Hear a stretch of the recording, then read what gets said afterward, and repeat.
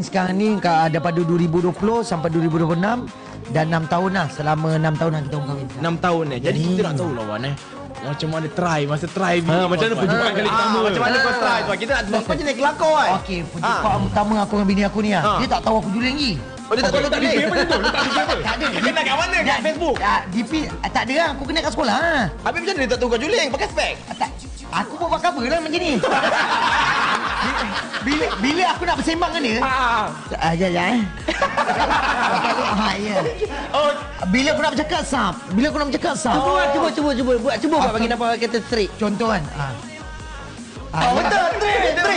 betul. Trik.